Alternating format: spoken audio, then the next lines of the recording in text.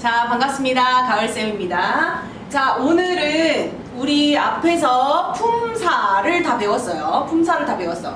품사 복습은 이 시간에 하면 조금 이제 시간이 늘어날 것 같으니까 품사 나라에 대한 복습만 살짝 할게요. 품사 나라, 우리 품사 나라에 대한 이야기를 했죠. 선생님이 왜 이런 거를 만들었을까? 품사 나라에서 이 문장을 만드는 이 품사 집안들이 무슨 역할을 하는지 우리가 쉽게 기억할 수 있게 하려고 이걸 만든 거예요. 그래서 잘 기억했으면 좋겠어요. 자, 동사 집안이 있었죠. 그 다음에 명사 집안이 있었어요. 동사 집안은 다른 집안들하고 이렇게 협력하는 사람들이 아니라 그랬어. 협력하는 애들이 아니라 그랬어. 그래서 뭘 합니까? 자기네 집안끼리 일을 합니다. 비동의가 있죠. 첫째 아들, 둘째 아들은 일동의가 있어요. 셋째 아들은 조동의가 있지요. 자, 이렇게 세 가지 세 아들이 동사 집안을 운영하고 있고, 자, 명사 집안은 일단 명사가 짜자잔 왕관을 쓰고 있어요. 왕관을 쓰고 있는 명사 집안, 여성스러운 집안이라고 했죠. 그러니까 명사는 그래서 다른 집안을 막 이렇게 다른 품사 집안들을 다 자기네 집안으로 흡수했다 그랬어요. 자, 일단 명사랑 쌍둥이 언니가 있었습니다. 누구였습니까? 대명사였죠. 대명사 언니가 있어요. 명사랑 둘이 쌍둥이에요. 자, 그 다음에 명사의 베스트 프렌드가 있었죠? 누굽니까? 형용사입니다. 형용사. 자, 그 다음에 한 친구가 더 있어요. 명사가 딱 자기 펫처럼, 자기 고양이처럼, 강아지처럼 딱 끼고 다니는, 항상 명사랑 붙어 다니는 친구 있죠? 전치사입니다. 전치사. 자, 그래서 여기는 약간 고양이 같은 애완동물 같은 애라 그랬고, 요거는 베스트 프렌드라 그랬어요. 여기는 쌍둥이 언니라 그랬어요. 그래서 요렇게 자기 집안을 다른 집안을 자기 집안으로 흡수하는 명사 집안의 특징이 있다 그랬죠? 자, 여기 속하지 않은 애들 있어요. 누구죠? 부사.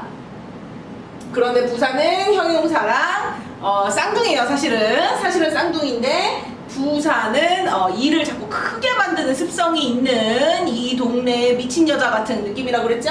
그래서 부사는 이 집안에 포함되지 않습니다. 자, 감탄사도 역시 마찬가지예요. 자꾸 뭐 안 좋은 일 있든 좋은 일이 있든 너무 감탄을 남발하면 좀 일을 크게 만드는 경향이 있어요. 그래서 부사, 감탄사 이렇게 따로 있고, 접속사가 있어요. 접속사는 누굽니까? 이 동네에 아주 지혜로운 할아버지죠? 그래서 이 모든 친구들을 다 연결해 줍니다. 문장과 문장, 단어와 단어를 연결해 주는 친구가 접속사라고 그랬어요. 할아버지라고 그랬어요. 자, 그래서 우리는 여기에서 제일 먼저 뭘 배울 거냐면 비동의를 배울 거예요. 그 다음에 일동의를 배웁니다. 그 다음에 조동사를 배울 거예요. 조동의를 배울 거예요. 자, 비동의는 이 집안의 가장 큰 형이지만 힘이 그렇게 막 세지는 않아요. 이 집안에서 가장 큰 힘을 가지고 있는 친구는 일동이에요.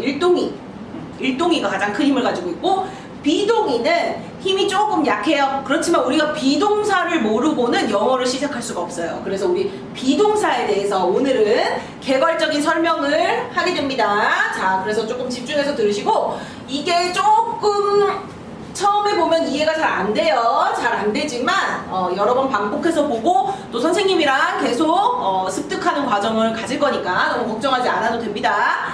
자, 비동사는 성격이 어떠냐면, 비동의는 성격이 좀 얍삽해.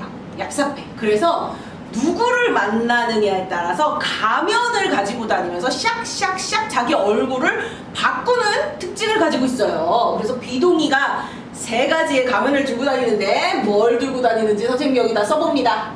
자, M, R, is. 자, 요거 세 개의 가면을 비동의는 들고 다녀요. 그래서 자기 진짜 얼굴은 뭡니까? B이에요. B가 원래 얼굴입니다. 근데 원래 얼굴을 잘 드러내지 않아요. 문장의 주인을 누구를 만나느냐에 따라서 M과 R과 is 가면을 막 바꿔서 쓰는 특징을 가지고 있는 게 우리 비동이에요. 좀 얍삽하죠. 좀 얍삽해요. 자기 얼굴 절대 안 보여줍니다. 우리 친구들 중에서도 그런 친구들이 있을 수 있어요. 그죠? 자기 진짜 모습은 안 보여주고 정말 자기 가면을 만들어서 자기가 활발한 척, 인기 많은 척, 혹은 막 힘이 센 척 이렇게 하는 친구들이 있어요. 그것처럼 비동의도 좀 그런 친구에 속해요. 그런데 가면은 좋지 않아요. 자기 얼굴을 진짜 얼굴을 보여주고 진실되게 사람을 만나야 되겠죠? 그런데 우리 비동의는 안 그래. 성격이 그러지가 못해요. 그래서 요 가면 3개를 돌려 쓰고 다닙니다. 우리 MR이즈는 어디서 많이 들어봤어요. 그죠? 그런데 이게 비동사가 쓰는 가면이라는 생각을 해본 친구는 아마 없을 수도 있어요. 그런데 지금 알면 됩니다. 비동사는 짜자잔 하고 이렇게 비동사가 이렇게 짠 이렇게 해가지고 자기 가면을 착 하고 이렇게 탁 해가지고 이렇게 딱 한 다음에 자기 가면을 이렇게 3개 짠 이렇게 들고 다녀요. 요게 M, R, is라는 친구예요. 자, 그러면 어떤 때는 M 가면을 쓰고 어떤 때는 R 가면을 쓰고 어떤 때는 is 가면을 쓰는지가 좀 다르겠죠. 그래서 우리가 오늘은 비동사가 가지고 있는 비동사가 만드는 이 문장들을 통해서 이 가면들이 어떻게 바뀌는지 한번 알아보도록 할 거예요. 자, 일단 이 비동사의 구조에 대해서 오늘 먼저 큰 설명을 하고 선생님이 개괄적으로 설명한 후에 하나하나 한 구조 뜯어서 다시 설명할 거예요. 자, 일단 봅시다. 영어에는 1, 2, 3번 구조가 있어요. 자, 이것은 구조라고 합니다. 문장을 만드는 구조예요. 자, 그런데 자리가 있지요. 1번, 2번, 3번 자리가 있어요. 자, 기억하기 쉽겠죠? 1번, 2번, 3번 구조가 있고 1, 2, 3 자리가 있어요. 자, 그런데 1번 자리에는 누가 들어오냐면 이 문장의 주인이 들어와요.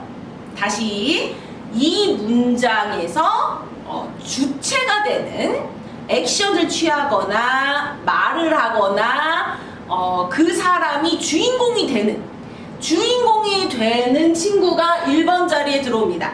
그래서 선생님은 1번 자리를 뭐라고 부르냐면 문장의 주인이라고 부릅니다. 문장의 주인. 선생님 학생들은 이걸 줄여서 문주라고 많이 불러요. 또 문법 책에는 주어라고 많이 표현해요. 그런데 이 주인이라고 기억하면 더 좋을 것 같아요. 주인. 자, 주인 자리가 1번 자리예요. 그리고 2번 자리는 동사 자리입니다. 동사. 비동사가 오든지 일반 동사가 오든지 어찌됐건 여긴 동사 자리예요. 동사는 자기가 문장을 만들 때 비동사를 포함해서 절대 2번 자리를 뺏기지 않아요. 절대로 2번 자리를 뺏기지 않아요. 이것은 우리가 영어를 아주 나중에 잘하게 됐을 때도 굉장히 큰 도움이 돼요. 2번 자리를 절대 뺏기지 않습니다. 그래서 이거 별표예요. 별표 막 3개, 4개, 5개 줘야 돼요. 그런 동사의 자리는 2번 자리입니다. 자, 영어에서는 항상 3번 자리가 문제예요. 3번 자리가 문제가 되는데, 자, 일단은 요거를 한국말로 적어봅니다. 한국말로. 자, 누가 뭐 한다? 어디에서?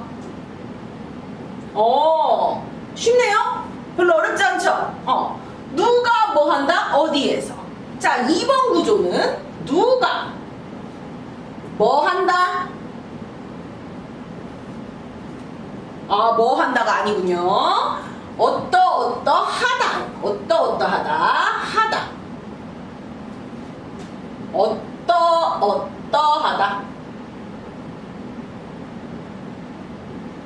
그래서 누가 하다 이렇게 됩니다. 그 다음에 3번은 누가. 자, 여기서는 비동의에서는 뜻이 어떻게 되어 있냐면 요것도 비동의랑 관계없이 한번 설명을 해볼게요. 뭐 한다? 무엇을? 자, 이렇게 됩니다. 그러면 우리 여기 지금 공통점이 있네요. 어떤 공통점이 있습니까? 문장의 주인에는 누가 들어옵니까? 항상 누가가 들어옵니다. 누가. 자, 우리나라 말에서는 밥 먹었어? 이렇게 하죠. 밥 먹었어? 그러면은 이 문장의 주인이 누구예요? 밥 먹은 사람이 누구예요? 밥 먹은 사람, 밥을 먹었는지 안 먹었는지 궁금한 사람은 나고, 밥을 먹었냐 안 먹었냐를 확인받는 사람 누구예요? 너지요? 그런데 우리나라 문장에는 나도 없고 너도 없어요. 우리나라 문장은 이 누가를 많이 생략합니다. 많이 없애버려요, 우리나라 말은. 왜 그랬을까? 이거는 조금 이제 우리가 강의 시간이 길어지지만 선생님이 설명을 좀 해줄게요. 영어는 유럽의 저 영국 그쪽에서 시작된 언어잖아요. 그런데 이 나라들은 막 농사 짓고 한 곳에서만 살던 그런 민족이 쓰는 언어가 아니었어요, 영어는. 그래서 영어는 세계를 돌아다니면서 막 장사를 하는 사람들이 쓰던 언어기 때문에 이게 굉장히 중요해요. 내가 파는 사람이고 너가 사는 사람이야. 그래서 나, 너 이런 말이 너무 중요해요. 또 그 사람, 그녀, 저 사람 되게 중요한 말이 됐어요. 그래서 누가 사는지 모르고 누가 파는지 모르면 그러면 말이 헷갈리게 되겠죠. 또한 이 말이 없으면 쓸데없는 말을 하게 되죠. 그러니까 네가 산다는 거야, 너가 산다는 거야 이런 얘기를 하면서 쓸데없는 말이 이어지기 때문에 말을 효율적이고 짧게 할 수가 없게 돼요. 그래서 누가라는 말을 꼭 집어넣습니다. 근데 반면에 우리나라는 어때요? 우리나라는 예전부터 농사를 짓던 나라였기 때문에 한 곳에서 태어나면 그 마을에서 자라고 나고 죽을 때까지 살아요. 뭐 외국이고 뭐고 뭐 다른 지역도 잘 안 가. 거기서 살아요. 그러면은 내 친구가 내 옆집에 있어요. 내 옆집에 있어. 근데 내 친구가 내 옆집에 있는데 오늘도 만나고 내일도 만나고 모레도 만나고 죽을 때까지 만나. 근데 굳이 걔 이름을 얘기를 해야 될까? 뭐 저기 지우야 밥 먹었어? 이렇게까지 꼭 해야 돼? 그냥 밥 먹었어 이렇게 해도 되잖아. 그죠? 그러다 보니까 누가가 사라졌어요. 이름을 부르거나 그 사람을 꼭 집어서 얘기해줘야 될 필요성이 우리나라는 많이 사라져갔기 때문에 그래서 누가가 많이 사라졌지만 영어에는 누가가 너무 중요합니다. 누가 했는지 그게 굉장히 중요해요. 자, 그러면 여기 동사 봅시다. 뭐 한다? 뭐 한다? 어떠하다 이렇게 돼 있죠? 자, 공통점은 다가 들어간다는 거. 우리 저번에 한국말로 품사를 조금 얘기할 때 동사에서 다가 들어간다는 얘기를 했었죠. 그래서 뭐 한다. 자, 일반 동사에서는 구체적으로 뭘 하는지가 나오는데 비동의는 조금 뜻이 달라요. 그래서 요 동사 뜻 세 개가 다른 뜻을 가지고 있어요. 첫 번째는 있다예요. 1번 구조에서는 누가 있다 어디에 이렇게 들어갑니다. 자, 2번 구조에서는 다 아까 하다랑 똑같아요. 어떠하다, 아름답다, 예쁘다 이렇게 들어갑니다. 자, 3번 구조에서는 무엇이다입니다. 이다. 자, 그래서 비동사는 자, 다 똑같이 생겼어요. 비동사에서 중요한 것은 am, are, is가 다 똑같은 문장처럼 보이는데 3번 자리에 뭐가 들어왔는지에 따라서 비동사의 뜻을 다르게 쓰고 있어요. 아, 골치 아프죠? 골치 아파요. 그렇지만 걱정하지 마세요.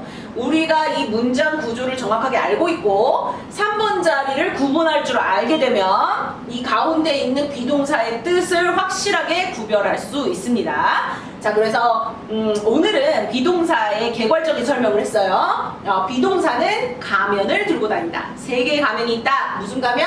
am, are, is 3개를 들고 다녀요. 자, 그 다음에 구조는 항상 누가 뭐 하다예요. 기본적으로 누가 뭐 하다가 영어의 기본이에요. 누가 뭐 한다? 누가 뭐 한다. 그 뒤에 어디에서 뭐 한다. 누가 뭐 한다? 언제 뭐 한다. 누가 뭐 한다? 어떠하다. 이렇게 되거나 누가 뭐 한다? 무엇을 어떻게 한다. 이런 말들. 그런 말들이 뒤에 붙는 거예요. 그래서 영어는 누가 뭐 한다를 기본으로 두는데 비동사는 있다, 다, 이다. 요거 3개로 정리가 됩니다. 요거 3개로 정리가 돼요. 그런데 이걸 구분하는 방법이 있다고 그랬죠? 어떤 방법? 어디에서 한다, 어떠하다, 무엇이다. 이것이 영어의 비동사의 구조입니다. 자, 여기서 보면 우리가 하나의 특징이 있죠? 이게 뭐야? 있다. 우리말로 하면 어떻게 됩니까? 어디에 가요? 앞으로 와야 되죠? 어떠하다도 여기 와야 되죠? 무엇이다도 무엇이 일로 와야 되죠? 근데 이상하게 뒤집혀 있어요. 그죠? 자, 영어는 그래서 동사 자리가 2번에 있다라는 특징이 있어요. 우리나라 말은 동사는 3번 자리로 옮겨가죠. 그래서 어떠하다, 배고프다 이렇게 되죠. 공원에 있다 이렇게 되죠. 그런데 영어는 어떻게 됩니까? 있다 공원에, 다 배고픈 이렇게 돼요. 헷갈리죠. 그래서 누가 자리는 똑같아요. 그런데 동사 2번 자리는 우리나라랑 2번, 3번이 바뀌어 있어요. 이거 굉장히 중요합니다. 자, 그래서 선생님이 비동사 구조에 대해서는 하나하나 구조를 뜯어서 설명하면서 이 부분에 대해서 더 자세하게 이야기할 거예요. 오늘은 비동사에 대한 오리엔테이션 같은 거라고 보시면 돼요. 자, 그러면 이 누가 자리에 누가 들어오는지, 이 마지막 3번 자리에 누가 들어오는지 이것도 알아야 되겠죠. 그래서 다음 시간에는 명사에 대해서 조금 이야기를 나눠보고, 대명사에 대해서 조금 더 이야기를 나눠보고, 그 다음에 전치사라는 친구를 한번 만나보도록 하겠습니다. 그게 1번 구조예요. 자, 그거 3개를 뛰어넘으면 우리가 1번 구조에 대해서 정확하게 알 수가 있습니다. 자, 오늘은 여기까지 하겠습니다. 수고하셨어요.